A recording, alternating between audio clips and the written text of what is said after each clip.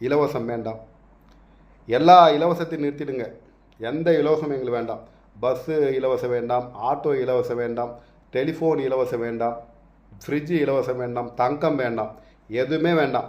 அனைத்து கட்சி அன்பர்களும் அனைத்து கட்சி தலைவர்களும் ஒரே ஒரு இலவசம், தமிழகத்திலே உள்ள அனைத்து மக்களுக்கும், உயர்நிலையில் உள்ள மக்களுக்கும் சரி, கீழ்நிலையில் உள்ள மக்களுக்கும் சரி, அடித்தட்டு மக்களுக்கும், அதாவது உயர்நிலையில் உள்ள மக்கள் முதல் அடித்தட்டு நிலையில் உள்ள மக்கள் அனைவருக்கும் 1ஆம் எல்கேஜி யூகேஜிலாம் போல நம்மளுடைய அரசு சட்டமைப்பு படி 1ஆம் வகுப்பு முதல்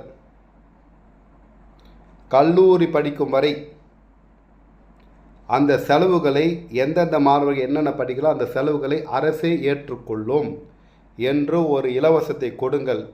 அடுத்த 5 ஆண்டிலே நம்மளுடைய தமிழ்நாடு இந்தியாவின் முன்னோடி மாநிலமாக இருக்கும், இந்தியாவுக்கு ஒரு வழிகாட்டி மாநிலமாக இருக்கும், இந்தியாவில் நம்பர் 1 மாநிலமாக இருக்கும்.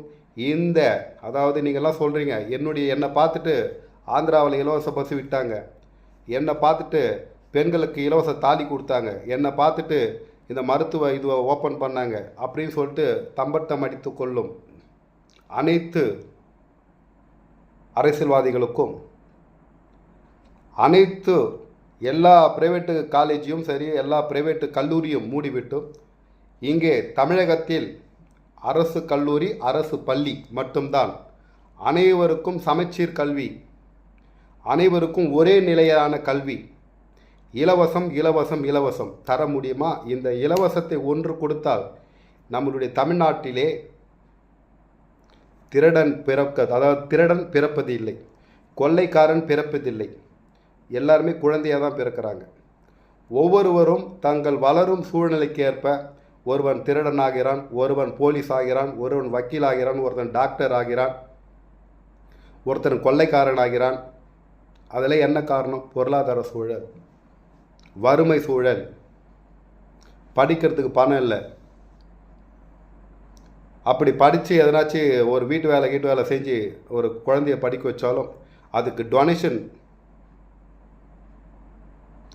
அப்போது ஒரு பிள்ளை வந்துட்டு ஒரு 1ஆம் வகுப்பு முதல் படித்து கல்லூரி படிக்கும் வரை ஒரு பெற்றோர் படும் கஷ்டம் எத்தனை தெரியுமா? இப்போ இன்றைய காலகட்டத்தில் கிட்டத்தட்ட ஒரு பிகாம் படிக்க வச்சால் கூட இன்றைக்கி 15 லட்சம் ஆகிறது. அவர்கள் வந்துட்டு 1ஆம் வகுப்பில் எல்லாருமே வந்து அரசு பள்ளியில் படிக்க வைக்க